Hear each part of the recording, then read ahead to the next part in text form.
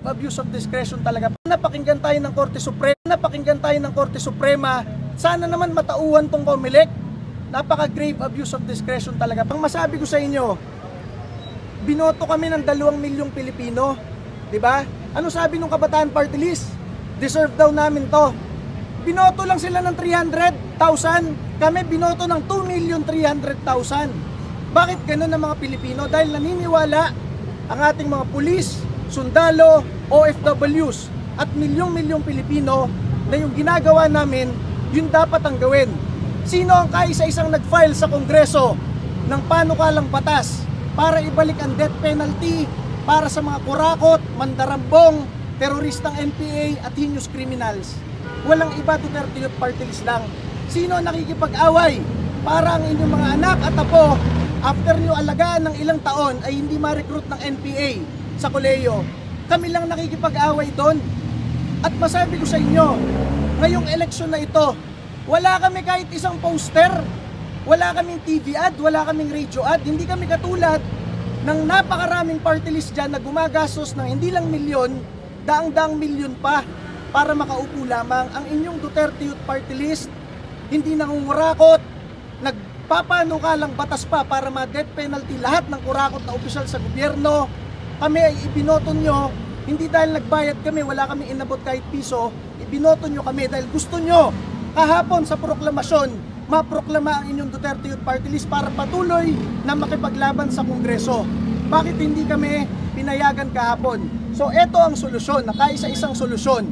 Dahil napakaraming ginagawa ang COMELEC na kapag ni-raise mo dito, sinasabi ng Supreme Court, grave abuse of discretion. Yung parang discretion lang nila, decision lang nila. Baka hindi nyo alam, nasa mismong Omnibus Election Code, nasa rules ng COMELEC. Kapag ang isang kinasuhan sa COMELEC, yung kaso walang final decision, kailangan mo pa rin i-proclaim, nakalagay mismo sa rules nila. Ang dami-dami dun may kaso. Yung iba dun may kaso ng malversation of funds, yung iba dun may kaso ng corruption at plunder. Si Congresswoman De Lima may kaso pa sa CA. Ang daming may kaso dyan. May isang kaso doon sa citizenship. Lahat yun hindi serious para sa COMELEC. Ang pinaka-serious sa kanila yung sa amin. Yung sinabi ko daw mass murder in the Philippines, sabi ng Kabataan Party List, at yung namili daw kami ng boto dahil nangako kami na lahat ng aming pondo iaalay namin sa taong bayan. Yan ang masabi namin at sana po dinggin ng Korte Suprema itong TRO na ito dahil ito na lang ang huli nating mapupuntahan para ang boto ng taong bayan ay ma-recognize. Sinasabi ng COMELEC at ng ating gobyerno, bumoto kayo. Ang kada boto ay mahalaga. Sanctity of the ballot. Eh hindi lang isang boto natanggap namin. 2 milyon, lampas 2 milyong Pilipino dito sa ating bansa. At karamihan ng nasa ibang bansa ang ibinoto ang inyong Duterte Youth Party List. Sana pakinggan tayo ng Korte Suprema. Sana naman matauhan tong COMELEC.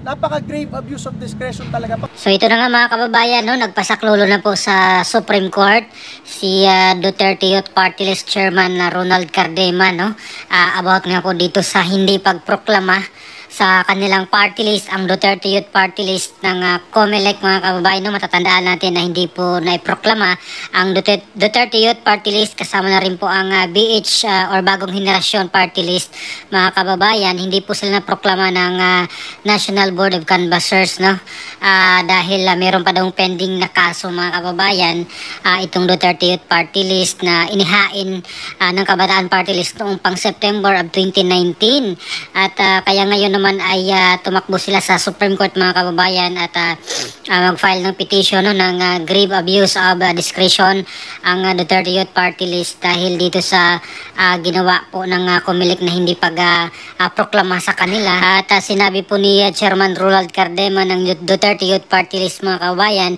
na hindi na po nila kasalanan bakit pinayagan po sila, no, ng COMELEC na tumakbo ngayong 2025 midterm elections, samantalang itong disqualification case na inihain ng Kabataan Party List laban sa kanila ay noon pa pong 2019 at marami daw pong mga party list mga kababayan ang merong kinaharap na kaso, no, at kanya pong isinahit nga po dito yung ML Party List ni Laila De Lima na meron pong kinaharap na kaso mga kababayan, no, sa korte at marami pa daw pong iba mga kababayan, na party list na meron pong mga kasong pandarambong or corruption at kung ano-ano pa. Pero itong kanilang party list lang ang hindi pinoklama ng COMELEC, at yung mga ibang party list na may mga kaso ay ipinoklama na po ng COMELEC, at pinagmamalaki ng Duterte Youth Party List na hindi po sila gumasta ng malaking halaga, no? At wala daw po silang TV ads,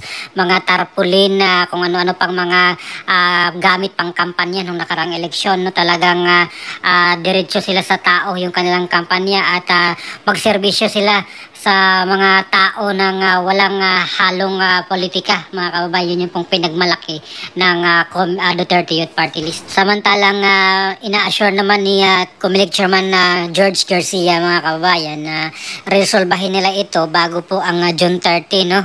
Na bago mag-umpisa yung 20th Congress ay magagawa na daw nila ng resulta itong disqualification case laban sa kanila, at maging doon po sa isa pang party list, no, yung bagong henerasyon.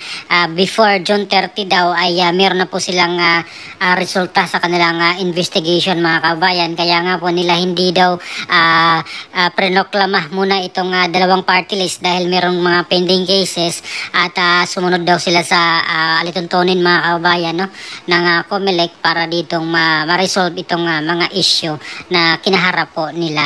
At para po sa aking personal na opinion, mga kababayan, no, para hindi po ito maulit ng ganitong pangyayari na pagkatapos ng madugong eleksyon, madugong pagkampanya, mag-iikot ka sa buong Pilipinas kasi party list po ito, nationwide po sila, ay talagang ganito mangyari, hindi maiproklama kasi may mga pending na cases daw. Sana noon pa ay niresolba na po ito ng COMELEC para nung pag-file pa lang ng pag-file na lang COC or certificate of candidacy doon sa COMELEC ay talagang mayroon ng na kung tanggapin ba nila or hindi, no, or kung bawal na silang tumakbo talaga, para hindi masayang yung effort, no, ng tao, at hindi po biro ang mga panya, mga kababayan, no, mag-iikot sa buong Pilipinas.